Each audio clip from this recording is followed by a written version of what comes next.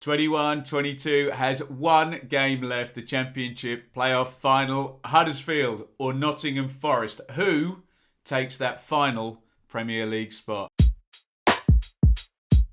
You'll hear this game referred to as the biggest game in world football. And honestly, in terms of the absolutely massive difference in consequences between winning and losing, that's probably not that big an exaggeration. English football is littered with giant financial cliff edges, and this game straddles possibly the biggest one of all, given the difference between TV revenue in the Championship and in the Premier League. Last year, the bottom team in the Premier League, Sheffield United, received £101.3 million in broadcast money. Contrast that with Reading, who finished 7th in the Championship outside the playoffs.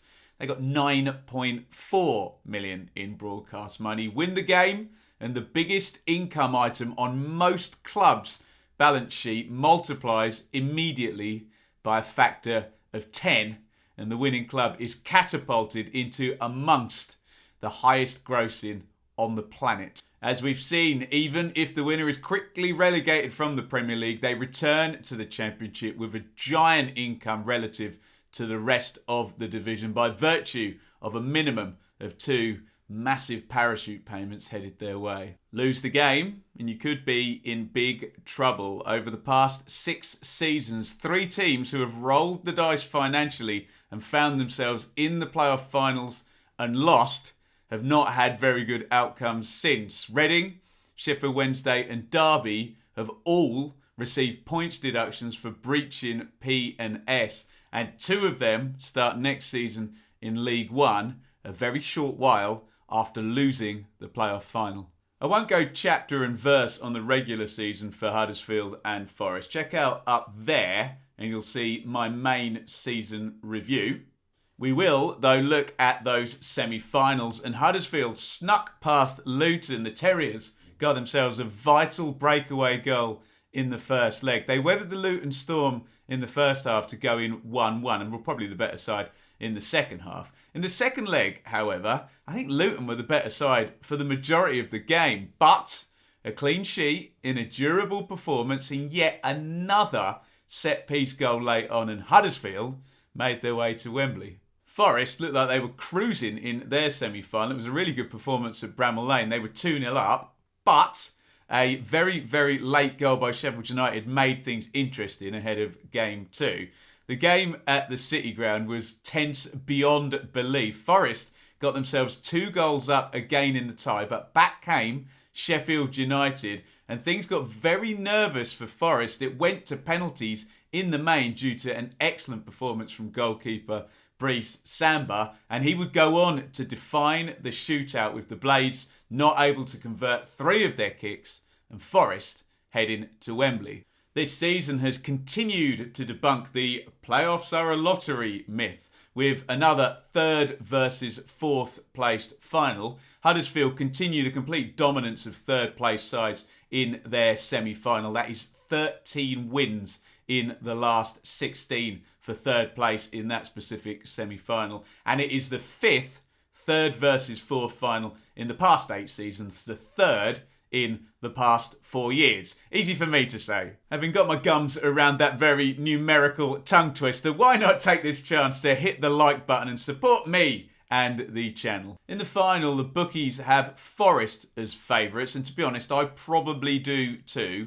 but anyone who's paid even 30 seconds attention to Huddersfield this season will know you'd be an absolute idiot to count them out of it. Yes, Forest have gone like a train since Steve Cooper arrived in September, but the season starts in August and Huddersfield did finish higher. I'd say Forest probably have more star power across their first 11 and bench, but Huddersfield do have the hallmarks of a very good knockout tournament football side. And it's only half jokingly that I call them the Germany of the playoffs. When the Terriers get into the end of season showdowns, they do tend to win them, and they have a frighteningly good record in penalty shootouts. The 2 very simplistic stats that would bode very well if you're a Huddersfield fan would be that they were third in the Championship this season in terms of clean sheets and top for set-piece goals.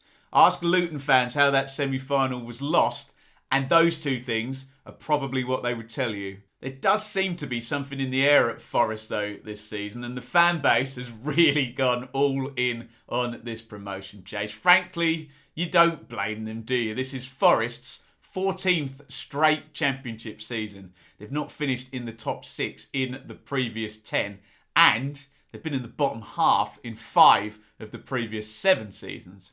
We can talk about vertical passing, efficiency on transition, a solid Forest base pushing up to halfway. But really, the key takeaway for me is this winning mentality and 2 points per game under Steve Cooper over a 38-game sample size. They've just been a ruthlessly good side for 9 months now. Of course, the tightrope of a one-off game could negate that, but when Forest turn up and play their game, they generally don't lose that many. Let's have a look at a few players on each side going into this final that particularly interest me. The 2 keepers could be key, especially after that semi-final where Brice Samba was an absolute hero for Nottingham Forest. Nichols for Huddersfield has been very, very good all season, though. I wonder who will be the busier of the 2. Jonathan Hogg has been operating at centre-back for Huddersfield of late. The central midfielder offers poise on the ball, experience and reliability in the middle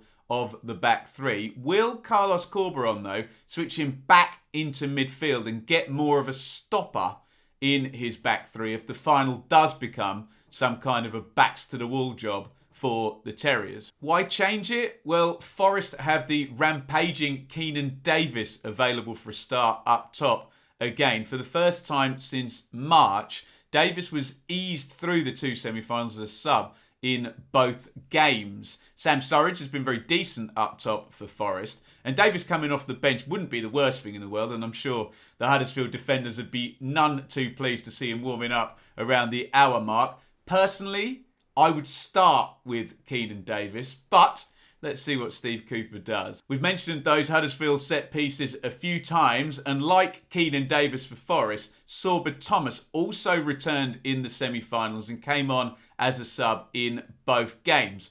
Also, like Keinan Davis, if I had anything to do with it, Sorba Thomas would be in from the word go. Thomas has a beautiful right-footed set-play delivery. Just look at the goal that got them to the final. Daniel Sinani offers the same with his left foot. Those Huddersfield set pieces really, really help build pressure, territory, and they've scored so many times from them this season. Harry Toffolo and Jed Spence will likely come face-to-face down that side. The Huddersfield left, the Forest right in the wing-back spots. Both have been vital to their teams this season in both defensive and attacking output. Up top, Huddersfield top scorer Danny Ward stepped out in the second leg against Luton hurt. Jordan Rhodes came on, and of course he scored the winner. Ward may offer a little bit more across the board as a starter, but we've all watched the Championship over the past decade or so, and give Jordan Rhodes a chance in the penalty box and he generally takes it. In terms of Forest, that threat is patently obvious. The searing pace and finishing of Brennan Johnson, who scored in both the semi-final games, and that cutting ice-cold creativity from Philip Zinckernagel. Both of those players are potential match winners. Look, we don't have to look far to find stats that say both of these teams are very good. They are. They finished 3rd and 4th in the league. This is the playoff final. We get it. Both good teams, both with lots of momentum, both with very good managers. I would, as the bookies suggest, make Forest favourites, probably just on star power across the squad, first team and bench.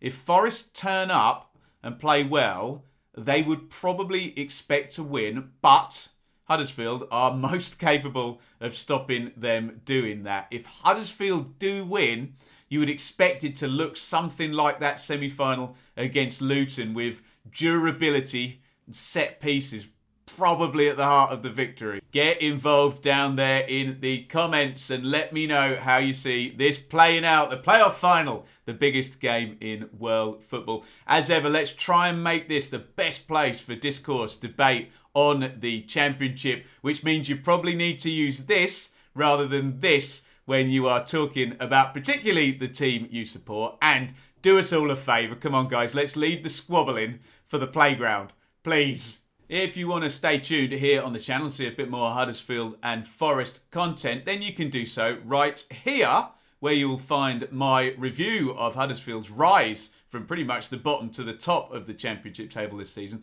And also here, where you can have a good laugh and see me sweating through that playoff semi-final second leg between Forest and Sheffield United.